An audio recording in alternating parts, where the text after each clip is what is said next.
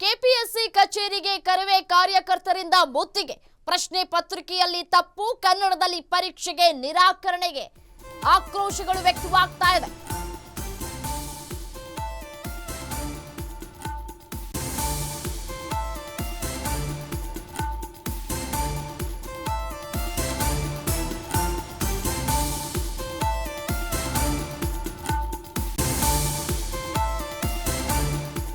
ಪರೀಕ್ಷೆಗಳಲ್ಲಿ ಕನ್ನಡ ಮಾಧ್ಯಮ ಅಭ್ಯರ್ಥಿಗಳಿಗೆ ಅನ್ಯಾಯ ಆಗಿದೆ।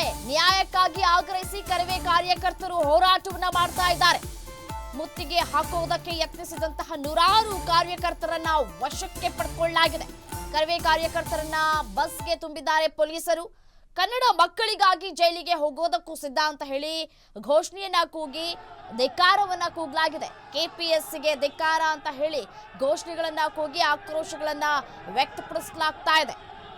ಕೆಪಿಎಸ್ಸಿಗೆ ಕನ್ನಡದಲ್ಲಿ ಪರೀಕ್ಷೆ ಬರೆಯೋದಕ್ಕೆ ಅವಕಾಶವನ್ನ ಕಲ್ಪಿಸಿಕೊಡ್ಬೇಕು, ಮತ್ತೊಮ್ಮೆ ದಿನಾಂಕವನ್ನ ಘೋಷಿಸಬೇಕು। ಕೆಪಿಎಸ್ಸಿ ಬರೆಯುವಂತಹ